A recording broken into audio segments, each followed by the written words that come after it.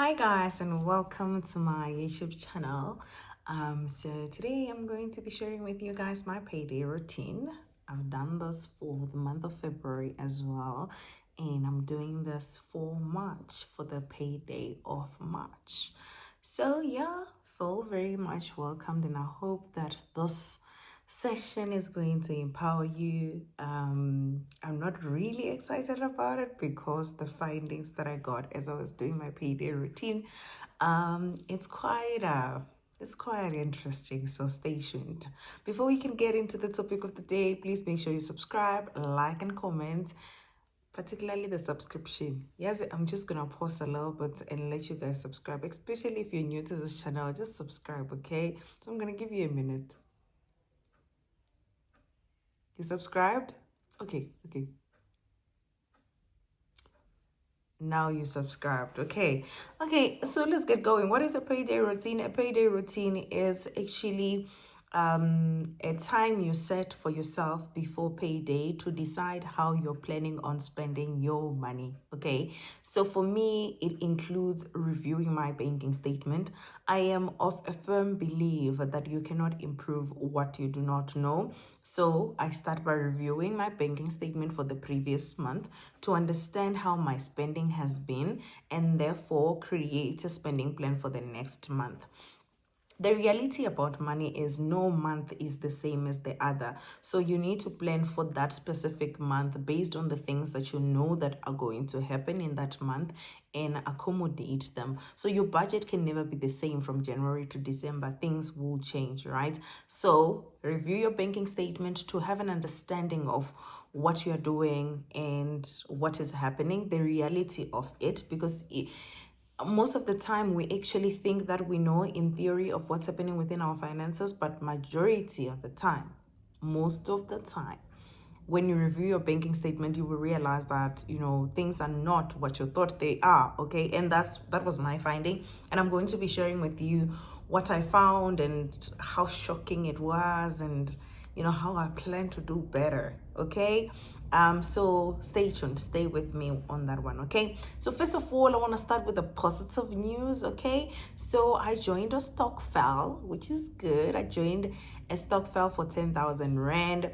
And the reason I joined the Stockfell is not because I didn't have the discipline to save. I think majority of the time, Stockfell helps you when you don't have the discipline to save and you're trying to have accountability partner who you can save with or you can save it through so that you can get a lump sum of money when the Stockfell play for you. So for me, it was not necessarily for that. For me, I had social media income that was getting a little bit tangible, and I thought I'm not able to track it and it's making it seem like I have a lot of money, and if I am intentional about where I want to spend this money, I can reallocate this money somewhere else. So I decided to join the Stockfell so that this money, the social media money that I'm making, can be committed to something, right? So the Stockfell started end of January. It played for someone else and it played for me in February. So I got the 50K. We are 5, I think. We are 6 because I got the 50K, right? So I got the 50K and I want to talk about what I did with this 50K because I want you to think on how to handle lump sum of money when you get it. Okay, so the first thing that I did is I changed my car tires. So my car has new shoes. When a car is paid up guys, why didn't you warn me about this? When a car is paid up, you're going to pay, my dear. You're going to pay. Ning ning, over to change your car tires. Ning ning, you need to do this. Ning ning, wheel alignment. Ning ning, So I changed all my 4 tires and I think I spent 7,000 on that.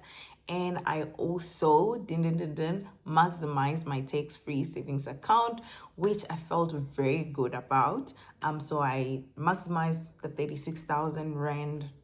So 36 plus 7 is about 43, and I had 7,000 left from that Stockfell money. Okay, so that's what I did with my Stockfell money. So now if I am to ask myself in June, what did I do with the income I get from social media and my side hustle, then I can say that, I use it to contribute to my tax-free savings account And as you can see, my car has new shoes, and that's where the Stockfell money together with social media money went. Okay, so that's what I did it for, to be able to account on where my social media money went, because I was not happy with it just coming in and disappearing. And I've gotten some good gigs. Okay, I've gotten some good gigs that paid very well on social media, but I could not pick where did this money go. So hence I decided through the Stockfell I'll be able to consolidate at least 10,000 rand per month to be able to participate in the Stockfell.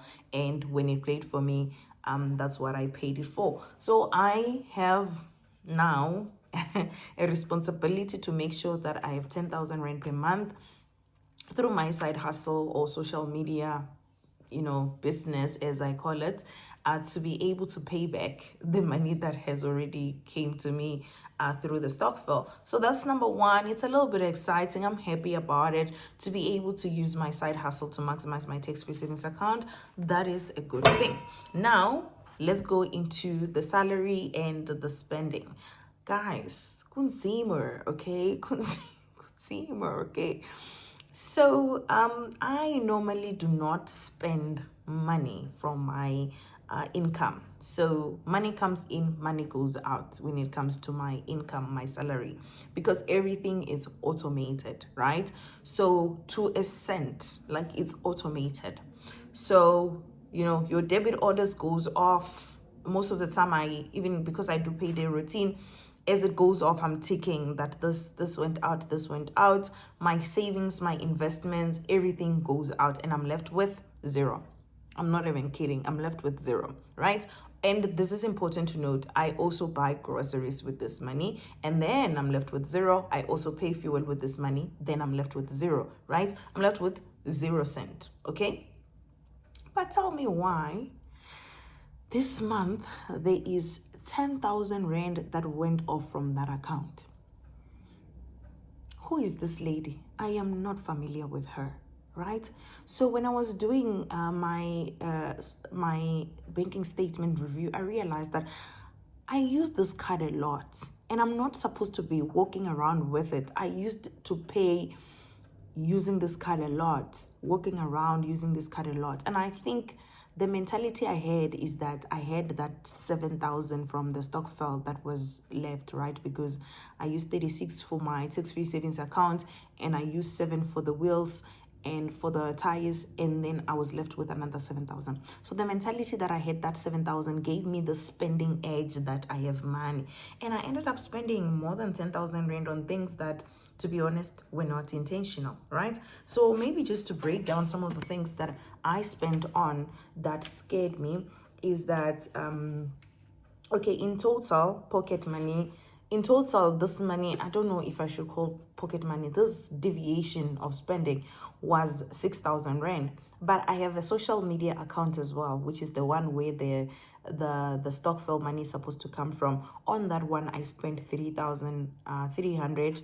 So on my salary account, I spend 6,500. So together, it's like, 10,100, I think.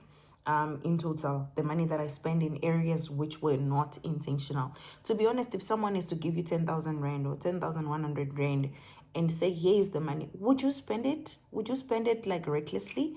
And the answer is a no. And hence, maybe I'm a little bit disheartened by my behavior. Okay. So just to be able to just consolidate where majority of this money went, I am just going to mention things that contributes maybe 90% of the spending, right? So I used 2,100 for restaurants. 2,100 for restaurants. So I went out. I met all my friends. I think I have 5 friends. I have 5 friends, and I went out with all of them. And although that was a nice thing, I think it was not smart to go out with all my friends every weekend of the month of March, starting from February, right after my payday, because the going out makes us spend a lot. And I bought them gifts as well. I enjoy buying gifts. If I'm going to see a friend, I will come with a gift, young perfume, my favorite lotion, young set of track pants, all of that. I love doing that for my friends. So that means that going to eat is not just going to eat. Going to see my friends means I'm also spoiling them as well. So this is where the 2000 rand went, right? And then I bought clothes that were worth 2,300. Like I said, the 2,000 is the food, but then in the 2,300, I'm talking about the additional 2,300. I'm talking about that is for clothes. It's inclusive of the gifts that I bought my friends. Okay, and then I also have another 2,000 rand going to promotion. So I took time to advertise my masterclass, né? And the day to start was getting closer, and I realized that, oh my God, you didn't promote it enough. So I started paying, you can advertise a post, right? So I started advertising that post so that it can reach as many people as possible. And also was also promoting on TikTok for the first time. TikTok is actually much expensive to promote on.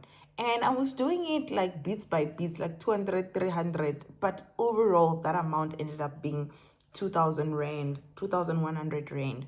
So in total, I spoke about the 2,000 for restaurant, and the 2,300 for food, and now it's another 2,000 rand for promotion, right? And I did get people, and yes, a return on investment is worth it because the money that I make from that masterclass is actually relatively good enough for me to take at least 2,000 rand back into the business. I was okay with that.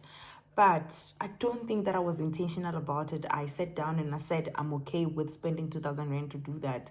It's something that just happened because the money was there. And the mentality that the money was there is that 7,000 rand.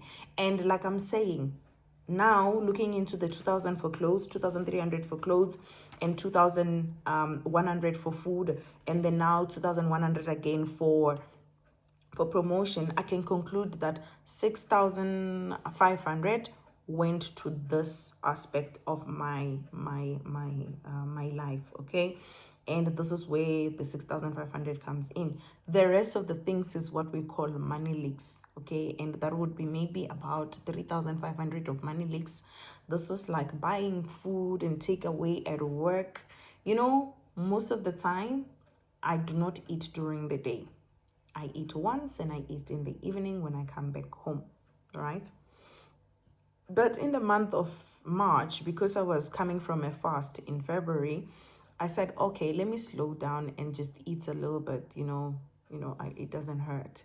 So I was buying food from the canteen at work. It's like 106, it's like 60 rand, it's like 29 rand there, 50 rand there. To be honest, people will say that if you want to save money, don't focus on coffee, don't reduce your coffee, don't reduce your small spending, focus on the big things. But I have 3,500 of money leaks, small spending. Young airtime. Why was I even buying airtime? Because I have a contract phone. For whatever reason, there's like, oh, my 90 rand of airtime here. And there's like small Starbucks. Starbucks is something I do literally every day. So, my 1,000 for Starbucks, and what else? Takeouts like fast food as well is in there. What else am I spending on? Ooh, withdrawals. Why was I even withdrawing money? Yeah, well, so this is where the 10,000 went, and it's a 10,000 of money leaks. And I'm saying money leaks because I didn't intentionally plan to buy these things, the clothing, the going out, the promotion. So now, as I'm doing my payday routine, I have actually decided to be intentional about the budget that goes into those things, right? Let me go back a little bit. I said in the beginning that the money that I get from my salary is not meant for any kind of spending. So after payday, I'm broke. Like I have nothing from that account because money comes in, money goes out. The salary comes in, and then the bond, all these other debit orders goes off together with my savings and investments. and I'm left with zero after paying for fuel and food. So there is no need for me to be spending extra coming from that account. So I'm very disappointed because I've deviated 10,000 rand from that account that I'm not even supposed to use at all. And it was simply because of that 7,000 rand that was remaining from my Stockfell that made me feel like I have money. Therefore, I spent without thinking. So be careful of such money leaks. And it comes with maybe just having additional 2,000 rand. The next thing you've spent 5,000 rand you don't have, simply because that 2,000 rand made you think that you have money. Okay, so it's a lesson learned for me. Actually, on this payday of March, I'm taking that account out of my wallet and I'm leaving it at home. Similarly to what I did with my credit card, I have a credit card. It's only 5,000 worth of credit card. I took that card and I put it somewhere at home. I've never used it ever since. And it's the same thing I'm going to do with my salary account, my salary card. I'm just going to take it, put it at home because I don't have to use it. The reason I work hard on social media in my side hustles, it's because I want them to fund my entertainment life. Okay, so if I am to go out, if I'm to buy anyone a gift, if I am to do anything socially related, if I'm to drink Starbucks every day, the money should be coming from those side hustle businesses that I have, right? And I need to put more effort into making sure that it grows, because 10,000 rand per month out of that should go to my Stockfell, and then I need to have enough to still be able to go out and sustain my social life. So that was the biggest takeaway. Okay, and one of the things that I actually concluded in some notes that are outside of just money leaks is that I have a gap cover, right? So a gap cover, it is a cover that you have when you buy a car. You can have a gap cover for medical reasons as well. It's for insurance, right? So in case the loan that you have is higher than the value of the car, right, then you need to pay the gap. So most of the time, if you are to, maybe let's say for an example, get your car written off, and then the market value at that particular time of your car is actually less than the loan you have. Therefore, the gap cover is able to bridge that gap, right? Hence it's called a gap cover, so that you don't own a lot more than you're supposed to, so if your car is written off, they will be able to pay off your car. So they will be able to pay the market value, which is be paid by insurance. And then if the loan is still more than the market value, then the gap cover will patch the remaining amount so that you don't owe anything. That's what the gap cover is.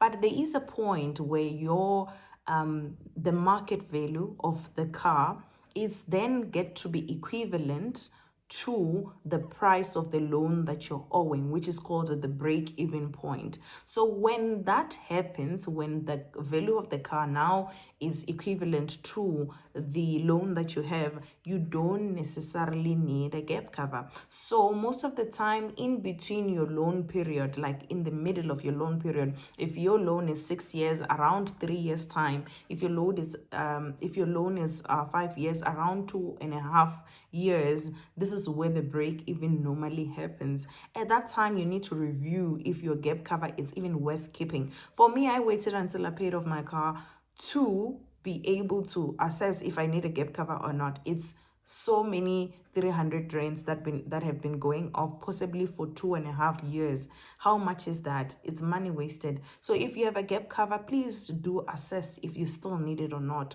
So I still have it. It's going to be debited even in March, and I need to be able to call them and tell them that I no longer need this gap cover, because I wasted about 300 rands multiplied by 24 months, multiplied by 24, multiplied by 30 months. How much is that? It's a lot of money. So please look into your banking statement, questions, deductions that are going up, and actually ask yourself if the certain coverage that you have for yourself, if it's still needed, okay? So also I'm leaving some sweet things to last, okay? So I'm going to get performance bonus in March, which is good news because that money is sweet, okay? Bonuses are a lump sum of money that you receive without the pain of having to save it, okay? It is still your money, but it comes as a lump sum, which makes it sweet. So I am deciding and thinking what to do with it. As I was thinking, the idea of things that a person can do when they get a bonus came to mind, and I am definitely going to make a video to talk about 10 things that you can at least consider to do with your bonus if you are fortunate enough to get a bonus, any kind of bonus, whether it's 13th check, performance bonus, commission, whichever additional income outside of your salary. It's better to plan for it, because when it comes without a plan, what happened to me with the 7,000 will happen to you. And we don't want that, okay? So if you watch until the end, please give me a white heart. Let's surprise those who drop off on the way. I appreciate you guys and thank you for watching. And I'm on the road to 10,000 subscribers. So if you didn't subscribe when we gave you a chance, here's another chance. Make sure you subscribe and become part of this family. Goodbye.